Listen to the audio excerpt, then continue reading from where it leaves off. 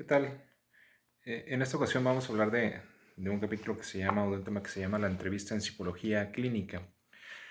Digamos que los antecedentes o el nacimiento de la entrevista clínica, digamos que el concepto o el nombre tal cual es la primera persona que se tiene como el dato de que empezó a utilizar este concepto tal cual de entrevista en psicología clínica fue Leonard Widmer, un psicólogo estadounidense que utilizó por primera vez, según la historia, en 1896 la expresión tal cual de psicología clínica, ¿no?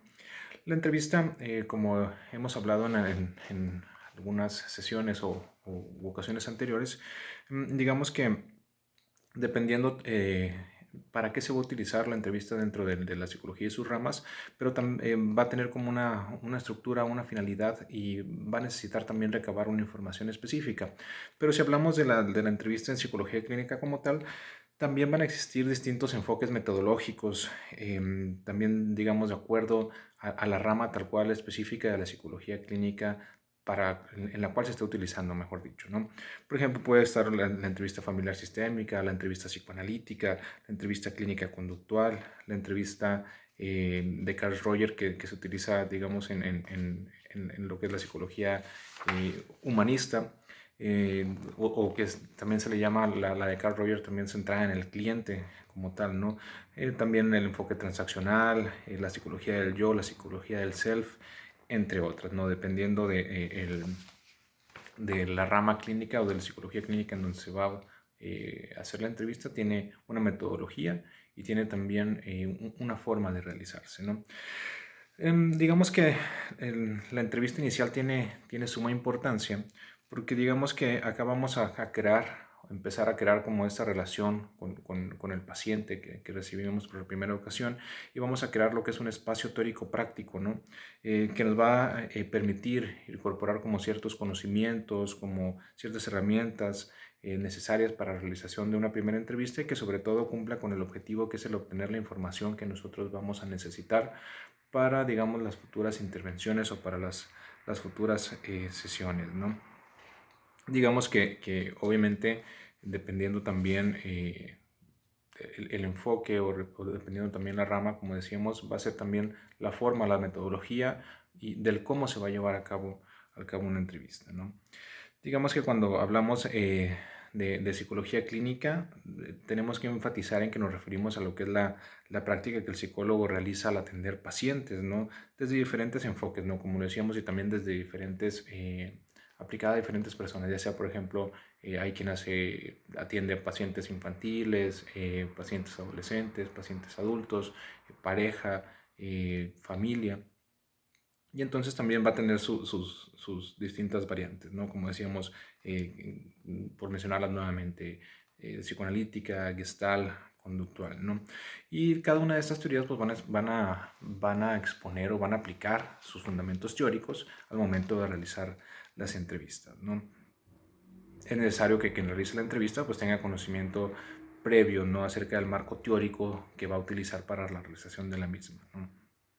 Digamos que también es importante el que entendamos que muchas veces en una primera entrevista, no porque sea una regla general, pero suele pasar, por ejemplo, que la persona que llega a vernos o quien saca una cita con nosotros, se dice que una de las motivaciones o siempre al momento de solicitar una entrevista o una primera cita con un psicólogo, es porque la persona siente que ya no puede con algo que le está sucediendo, con algo que siente, con algo que no entiende o algo que no sabe que le sucede, pero siente que ya no puede solo y que necesita ayuda, ¿no? Y entonces muchas veces suele pasar que estas personas van a la primera entrevista, acuden y encuentran como un espacio como para descargar, como para desahogar ciertas cosas y entonces ya no acuden a su segunda sesión en dado caso de que se haya programado, ¿no? Lo que es ya una atención como tal, pasar a la segunda sesión y continuar con el proceso de atención. Bueno, suele pasar que no vuelven a la segunda sesión porque ellos sienten que descargaron algo, a eso se le llama abreacción, es meramente una descarga tal cual, emocional, tal cual.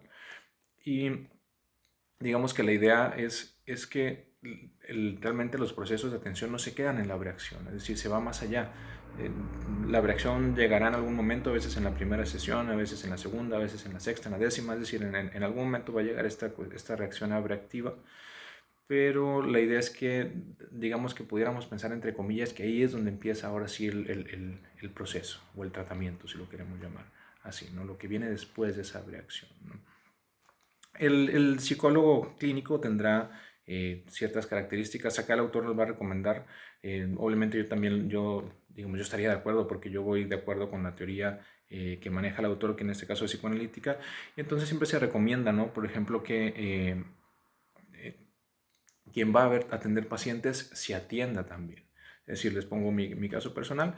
Yo desde que empecé a atender pacientes como practicante en la clínica de atención psicológica de la universidad, yo empecé también mi proceso de análisis y lo he continuado hasta la fecha. Es decir, mi análisis personal tiene alrededor de 6 años y continúa. Es decir, no veo para cuándo terminar, como luego les digo. Obviamente tendrá una terminación, pero ahorita no siento que esté a punto de terminar, por así decirlo, ¿no? También.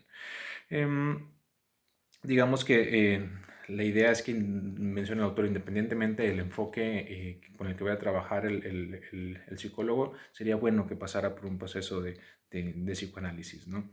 Digamos que también tendrá que adiestrarse de forma muy profunda digamos, en el marco teórico o en la teoría con la que va a trabajar esta persona, este psicólogo clínico.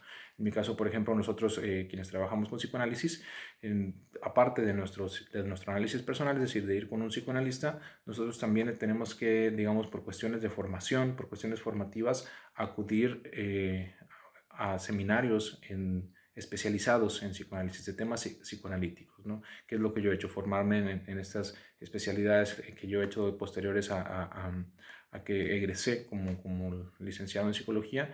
Pues he hecho 4 especialidades que duran un año cada una, las cuales son en temas específicos de psicoanálisis, ¿no? Asimismo, asistir, no sé, o he asistido, mejor dicho, a muchos seminarios en donde se habla también de temas específicos de psicoanálisis, donde tú tienes que revisar la teoría y tienes que ir a debatir o a compartir, ¿no? Tu entendimiento, tu lectura ahora sí, de la lectura que hiciste del texto que se encargó como tal, ¿no?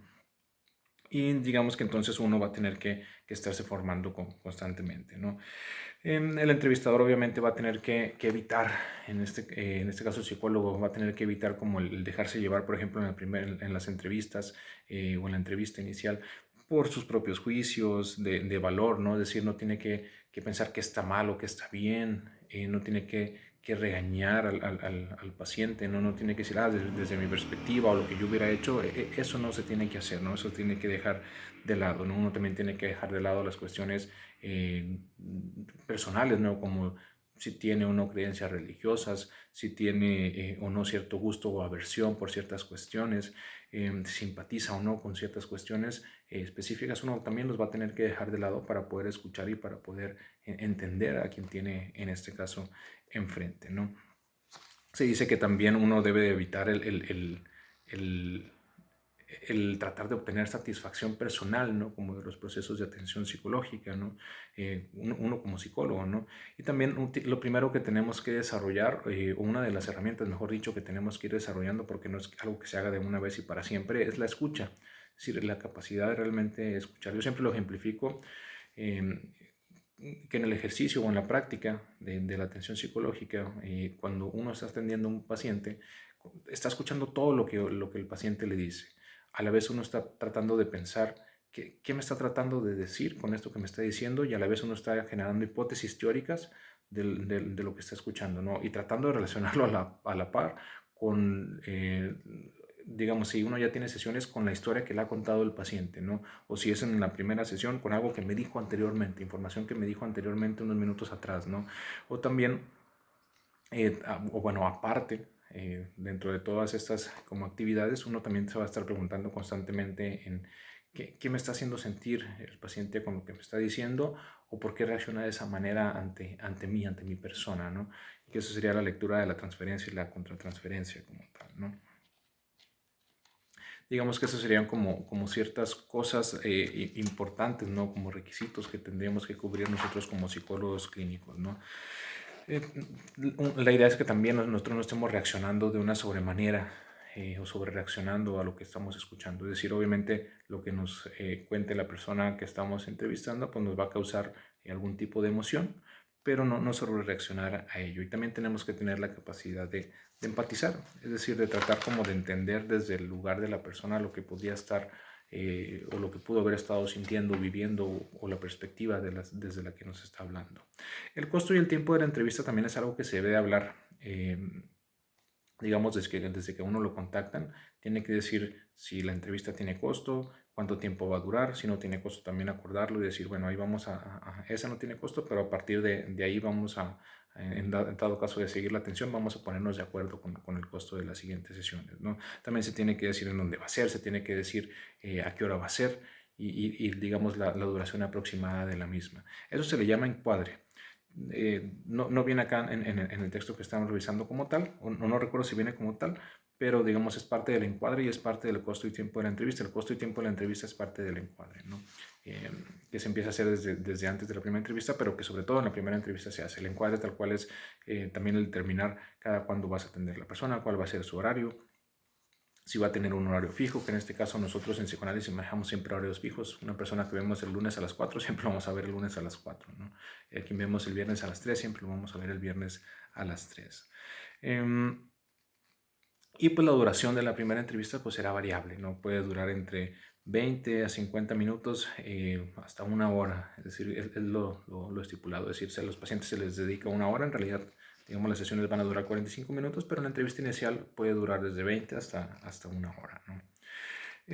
Se dice hablando de un subtema que se llama el campo de la entrevista, para Bleger, que es uno de los autores que ha hablado sobre la entrevista, se dice que durante la interacción entre los participantes pues se va a generar pues una relación, ¿no? De la cual, digamos, también va a ser muy importante todo lo que acontece en esta relación de psicólogo-paciente, ¿no? Si lo queremos ver así. Y para que esto se cumpla, pues vamos a tener que nosotros establecer lo que yo les decía, esta cuestión del setting, ¿no? En donde se van a integrar las constantes de tiempo, el lugar, la frecuencia, el costo, los roles también que debe de tener o los roles esperados que vamos a tener en un proceso de atención como tal. También, digamos, va a ser necesario que se forme algo que se llama la alianza de trabajo, pero que esta alianza de trabajo es una cuestión inconsciente. Digamos que acá es algo que se origina y se mantiene cuando el psicólogo en este caso es percibido como una persona ética y empática, pero de manera inconsciente por otra persona, y entonces es como si, entre comillas, fuera a acceder a trabajar contigo, ¿no? Contigo como psicólogo, ¿no? Se dice que también nosotros como entrevistadores vamos a tener que tener ciertas características, ¿no? Grinson nos habla de que, por ejemplo, nosotros tenemos que tener la capacidad para entender o tratar de entender los pensamientos, los sentimientos, los impulsos y modos de proceder conscientes del entrevistado, tomando en cuenta las propias vivencias de las que nos está hablando, pero sin dejarnos invadir por esas vivencias, ¿no? Digamos que también vamos a tener que tener algo de intuición, pero también siempre también vamos a estar pensando como les decía, ¿no? Una cosa es lo que nos está diciendo el paciente, pero inconscientemente nos está tratando de decir algo con eso que nos dice conscientemente. Y también vamos a tener que estar pensando en esto, ¿no? Digamos que un buen entrevistador pues va a tener, como decíamos, como ciertas características o debe de considerar también algunas de los siguientes puntos para el desempeño de su trabajo como entrevistador, ¿no? Tiene que tener una voz serena, audible, segura, una posición corporal que refleje seguridad, profesionalismo, establecer también empatía, pero con neutralidad a la vez, mantener contacto visual con el paciente de vez en vez, ¿no? Recabar con precisión y agilidad la historia del paciente, también digamos los datos de identificación y la historia familiar, ¿no? Que acá se le llama genograma, y también indagar cuál es el motivo de consulta, ¿no? Hacer preguntas que no induzcan a respuestas. Tenemos que evitar hacer preguntas como mira, tú te sientes bien mal, ¿verdad? En realidad no, tenemos que ver cómo te sientes, ¿no? Para dejarle como esta cuestión abierta a la persona para que hable, ¿no? Hablando, por ejemplo, ahorita también de los primeros puntos, en la cuestión de la postura, recuerdo una anécdota, ¿no? Cuando era practicante en la clínica de atención psicológica, en donde, digamos, ahí se veían los consultores, se veía hacia adentro, no se escuchaba, pero las puertas o las ventanas eran de vidrio y tú sabías que había alguien consultando. Si pasabas por los pasillos de la anterior clínica, se veía hacia adentro, ¿no? Y entonces recuerdo que un caso muy sonado, recuerdo que una vez estaba un terapeuta, un practicante sentado así como casi durmiéndose, ¿no? Enfrente de un paciente. Pasó la directora y lo vio, entonces fue a preguntar a coordinación qué pasaba, o sea, qué pasaba, que acababa de ver eso, ¿no? Que sí, qué pasaba. Posteriormente sale el terapeuta y su supervisor y su coordinador le preguntan, ¿no? ¿Qué pasó? ¿Qué pasaba con esa postura? Él decía que era una técnica que estaba utilizando, que nunca pudo comprobar que así fuera. Entonces, se llevó su recomendación, ¿no? Por no decir su regaño. Em, digamos que también vamos a tener que nosotros evitar dar consejos moralistas, digamos que también vamos a tener que realizar un cierre formal de la entrevista. Acá vienen muchos puntos en su libro que ustedes van a tener que darle una pequeña leída. No todos se cumplen tal cual, pero digamos que de lo que les he hablado es, digamos, lo que ocurre normalmente, ¿no? Al final de que nosotros vamos recabando la información, vamos a tener que tener un cierre formal de la entrevista, ¿no? El cierre formal es, aquí vamos a terminar por ahora y vamos a empezar con el encuadre, ¿no? También uno tiene que hablar de cuestiones teórico-prácticas, no teóricas en el sentido de explicarle teoría al paciente, sino más bien como decir, bueno, mira, yo trabajo de esta manera, no sé si tú sabías, es decir, por ejemplo, yo les digo, ¿no? Yo trabajo con una teoría que se llama psicoanálisis, única y exclusivamente con esa teoría, y digamos, y explico, entre comillas, las reglas, que es parte del encuadre, ¿no? Si nos empezamos a ver, nos vamos a ver una vez por semana, las sesiones duran 45 minutos, no sabemos cuánto tiempo van a durar el proceso como tal, vamos a tener que ir viendo cómo vas avanzando, hay diferentes formas de terminar, una es que tú decidas terminar y darme las razones y las podemos, entre comillas, discutir, y yo también cuando considere que sea necesario te diré que tenemos que terminar, ¿no? Se discute también la cuestión del costo, si no es que ya se había hablado, y creo que se me pasa algún punto ahí importante. Si ahorita lo recuerdo. Él lo menciona. Bueno, se pide o se explica la regla fundamental que nosotros tenemos en psicoanálisis al trabajar nosotros con la asociación libre. Decimos que la idea, tal cual, la asociación libre es lo que nosotros pedimos y es que la persona cuando llegue a sesión hable tal cual de lo que le está pasando por la mente sin ningún tipo de censura. Se puede usar cualquier tipo de palabra, cualquier tipo de tema, cualquier tipo de lenguaje, ¿no?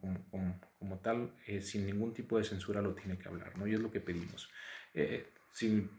De que deje de pensar si le parece una mala idea hablar de algo, si le parece que lo que está pensando es muy loco, si no tiene nada que ver. Si le decimos, no importa, tú lo tienes que mencionar, ¿no? No tienes que pensar antes de llegar a las sesiones qué decir, no tienes que pensar o llevarte tarea entre sesión y sesión. Eso se deja de lado y solamente pedimos esa regla fundamental, ¿no? Nosotros vamos a tener que mantener también como entrevistadores una neutralidad. La neutralidad, digamos, es un concepto difícil porque realmente la neutralidad se refiere a no hacer juicios de valor moral y a dejar las preferencias, cuestiones, vivencias, historias personales de lado, que a final de cuentas va a ser muy difícil que lo hagamos, pero siempre lo vamos a tener que estar pensando y teniendo en cuenta. Es decir, eh, la neutralidad difícilmente se va a poder cumplir, pero lo que sí debemos hacer es abstenernos. Es decir, y es algo con lo que se confunden hasta, digamos, personas ya muy adentradas en cuestiones de psicoanálisis, ¿no? La abstinencia es evitar el nosotros introducir las cuestiones personales al análisis de otra persona. Entonces, la neutralidad jamás la vamos a poder cumplir realmente, pero sí podemos abstenernos de nosotros de incluir esas cuestiones. Si la persona no va con nuestra ideología política, no lo vamos a confrontar de esa manera, sino más bien vamos a, digamos, el confrontarlo sería no abstenernos. Pero la cuestión es que nosotros vamos a poder confrontarlo de otras maneras o vamos a poder interpretar de otras maneras, incluso hasta desde nuestra posición que no puede ser totalmente neutral, ¿no? Cuando nosotros vamos a hacer una primera entrevista, pues vamos a tener que considerar algunas cuestiones, ¿no? La persona va a llegar y nos va a colocar en un lugar, por ejemplo, de que él piensa que nosotros sabemos qué le pasa o que sabemos incluso más que la persona, más que nosotros que que ellos mismos, ¿no? De su propia vida o de lo que les sucede. Y entonces, digamos, también nos va a asignar como ciertos roles, ¿no? Puede que nos asigne como ciertos roles sociales, ¿no? Que nos confunda con un médico, que nos confunda con un amigo, que nos confunda con un maestro, con un doctor, con un abogado. O también incluso, ya hablando de cuestiones más de teoría psicoanalítica, nos va a colocar en un papel transferencial que nos va a hablar como si fuéramos su papá, su mamá, su hermano, su amigo, su pareja, ¿no? Nosotros vamos a tener que mostrar una actitud de escucha, ¿no? Digamos, más que tratar de deslumbrar a la persona con teoría, que eso no se debe de hacer, o con nuestro conocimiento, que eso tampoco se debe hacer, porque eso es colocarnos y asumirnos en un lugar de sujeto supuesto saber, que nosotros nos tenemos que salir de ese lugar y no hacerle creer al paciente que sabemos lo que le pasa, sino más bien como, bueno, yo estoy dispuesto a saber contigo, o a que sepamos juntos, ¿no? ¿Qué es lo que te está sucediendo? Pero no caer en esta cuestión de que tenemos que nosotros saber al 100%, porque en realidad realmente no sabemos nada cuando la persona llega, ¿no? La entrevista como tal va a tener ciertas etapas, ¿no? El primer contacto es digamos, la primera etapa, en donde el primer contacto tal cual es cuando la persona te llama o te escribe para tratar de agendar una cita, ¿no? También la siguiente etapa se llama apertura y obtención de datos, ¿no? La apertura es una presentación cordial. ¿Qué tal? Buenas tardes, buenos días. Anteriormente nos dábamos la mano, ahora con la cuestión de la pandemia ya no podemos hacerlo, ¿no? Pero hacemos un saludo cordial y vamos a obtener ciertos datos, ¿no? Lo que le llamamos ficha de identificación, lo cual es su nombre completo, su fecha de nacimiento, su domicilio, a qué se dedica la persona, escolaridad, dirección, con quién vive actualmente, estado civil. Acá nos habla también de ambiente étnico, cultural, ocupación y el motivo de la entrevista, ¿no? Ya una vez que, cuando siempre que se habla del tomar notas, yo no solamente en la ficha de identificación es cuando recomiendo tomar notas, ¿no? Uno va a colocar estos datos, pero una vez que termine la ficha de identificación y uno pregunte por el motivo de consulta, dejar todo de lado a partir de ahí y empezar a escuchar al paciente. Y de ahí en adelante no volver a hacer anotaciones. Es algo que yo recomiendo, ¿no? Y es algo que, digamos, también en psicoanálisis, no ortodoxo, pero en psicoanálisis como tal, no acostumbramos a hacer anotaciones. Nos ponemos a escuchar a los pacientes, ¿no? Posteriormente vamos a pasar a la exploración del motivo de consulta. La exploración del motivo de consulta sería escuchar por qué el paciente viene a consulta y empezar nosotros a preguntar cuestiones que tengan que ver con ese motivo de consulta, que a final de cuentas va a haber dos motivos de consulta. El motivo de consulta latente, que es lo que el paciente nos dice, perdón, el motivo de consulta manifiesto, que es lo que el paciente nos dice, que esto es consciente, es decir, yo vengo por esto, yo vengo porque me sucede esto, porque yo creo que o no puedo dormir, o me siento muy triste por esto, o me siento muy enojado, estoy muy estresado, o quiero saber más sobre mí. Ese es el motivo manifiesto de consulta. Pero también va a haber un motivo latente, que es el motivo inconsciente, o las motivaciones inconscientes de consulta, y eso vamos a tratar de irlo descubriendo también. Y posteriormente habrá un cierre de la primera entrevista, que digamos que el cierre tal cual es el determinar que la entrevista está terminando. Se dice que a veces hay una declaración final, que es, digamos, donde el entrevistador puede hacer como un recuento, ¿no? De algunos de los datos que considere relevantes de la vida de la persona y también lo que creyó haber escuchado en el motivo de consulta, y hablar como de esta cuestión del cómo se va a trabajar, ¿no? Se dice que también hay ciertos factores de riesgo, ¿no?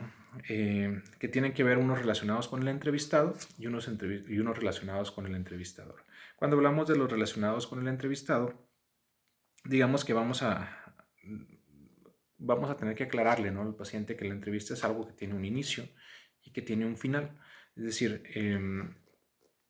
porque hay pacientes que se quieren extender, por ejemplo, más del tiempo que uno les dice. Uno les tiene que aclarar también la duración de la entrevista, que en algún momento va a terminar, y que tú también tienes que explicar ciertas cuestiones. En psicoanálisis, por ejemplo, nosotros le llamamos también entrevista a las primeras 2 o 3 sesiones, porque, digamos, cualquier cosa que se nos haya pasado o que el paciente también haya sentido que se le olvidó, lo puede mencionar en la siguiente sesión y no hay inconveniente, ¿no?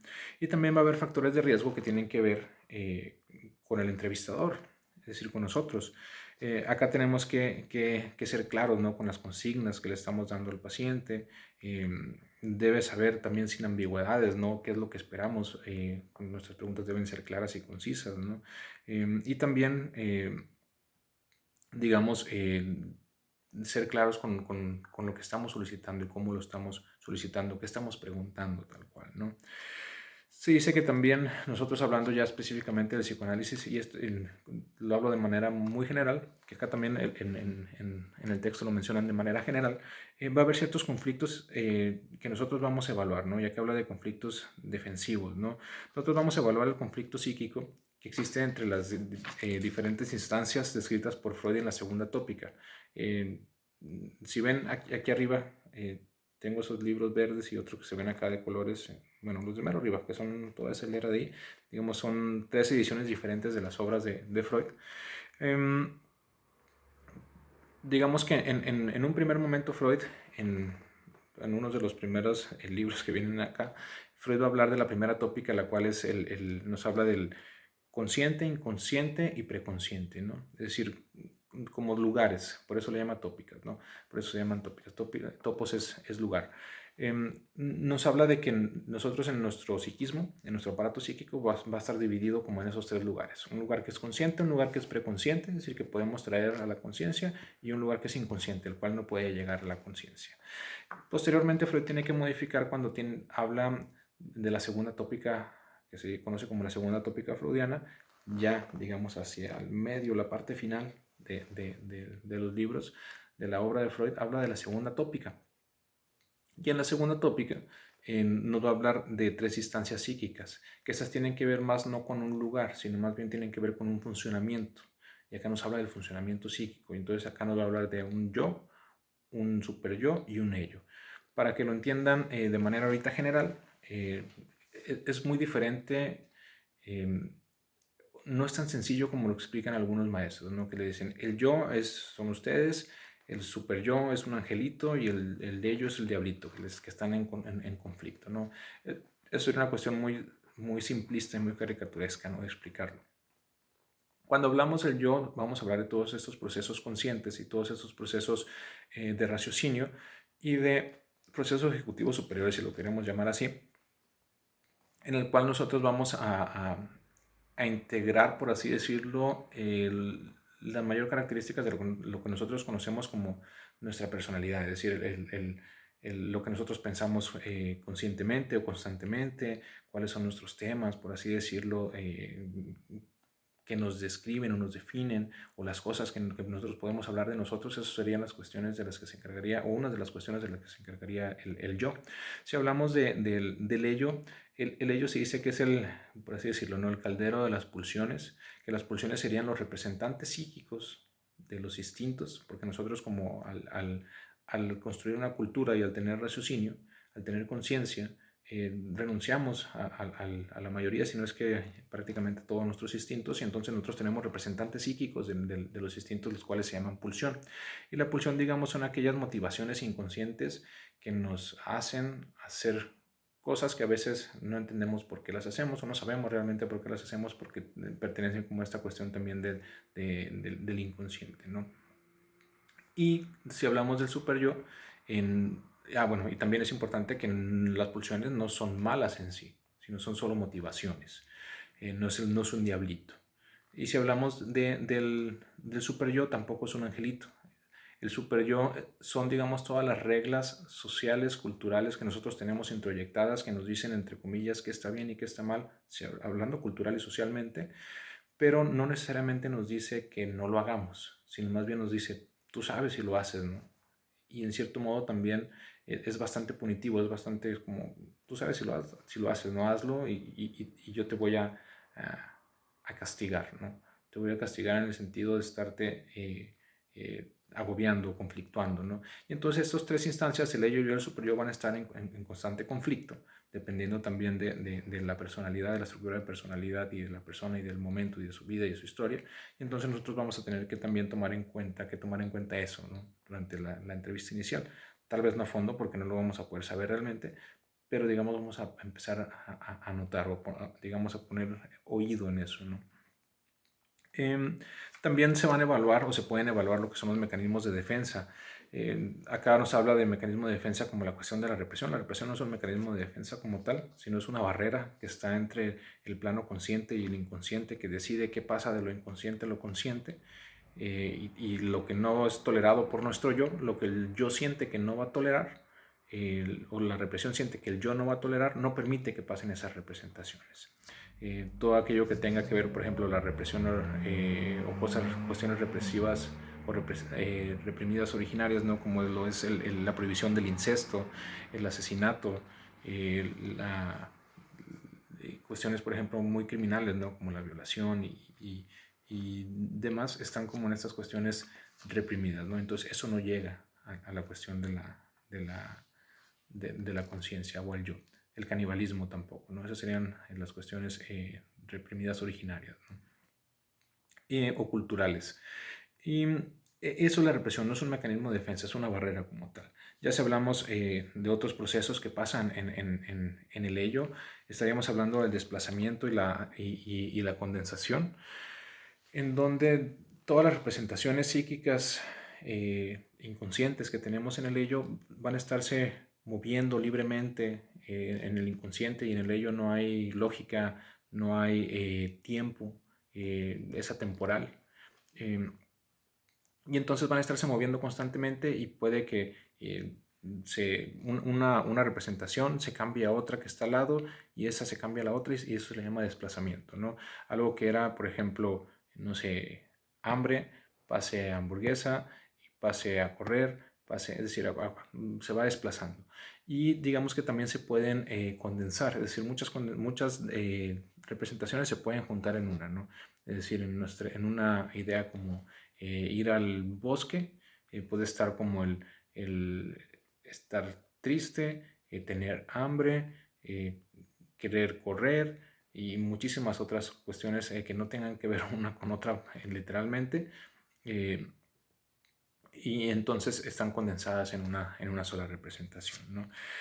También se pueden revisar otras cuestiones o mecanismos defensivos que les mencionan acá, que se les menciono como es la proyección. Por ejemplo, todo lo que nosotros no toleramos de nosotros o sentimos que no toleramos de nosotros, lo podemos ver en otra persona. Por ejemplo, cuando decimos, esta persona me cae bien gorda, no sé ni por qué, realmente le estamos poniendo cosas nuestras a esa persona. Nos cae gordo, es decir, nos caemos gordos. Le estamos colocando cosas que nosotros no toleramos de nosotros mismos. La formación reactiva también es, por ejemplo, cuando nosotros hacemos todo lo contrario a lo que realmente nuestro impulso, nuestra pulsión, mejor dicho, queríamos hacer. Es decir, si inconscientemente, y lo digo con cuidado, no para que se asusten, sino por, cosas que pueden pasar inconscientemente. No sé, una madre que siente que no quiere a su hijo, o que en cierto modo lo desprecia de alguna manera, y en lugar de demostrar eso, demuestra todo lo contrario, una formación reactiva, y entonces está pensando en que lo quiere mucho y siempre está al cuidado y siempre está como no te vas a caer, que se te ofrece o que te hago de cenar, es decir, como mostrando todo lo contrario. No que así sea, no que si hacen eso significa lo otro, ¿no? Y también, bueno, ya les había hablado bueno, no es cierto, faltaba uno que es la sublimación, que es el último que les menciono acá. Y la sublimación es cuando se dice que todas las pulsiones pueden encontrar, entre comillas, que nosotros también en el círculo de psicoanálisis y marxismo, que es un círculo tal cual, ¿no? de colegas, donde tenemos diversas actividades, que ahorita sería como difícil hablarles de todas ellas, pero entre ellos están los eventos académicos y los círculos de lectura, en donde hemos estado pensando que la sublimación es como, la sublimación tal cual, el concepto teórico es que la pulsión encuentra una manera de expresarse socialmente aceptada. Por ejemplo, alguien que tiene impulsos asesinos se encuentra, digamos, calma esa pulsión, o encuentra cómo canalizar esa pulsión, cómo ponerle metas, siendo carnicero, siendo cirujano, alguien que está en contacto, ¿no? Como con eso, ¿no? Pero digamos que nosotros sentimos que realmente la pulsión difícilmente va a encontrar como formas sublimatorias en una organización social como la que vivimos actualmente, ¿no? Pero bueno, hasta aquí vamos a dejarle para no extender más el video, y nos vemos a la próxima.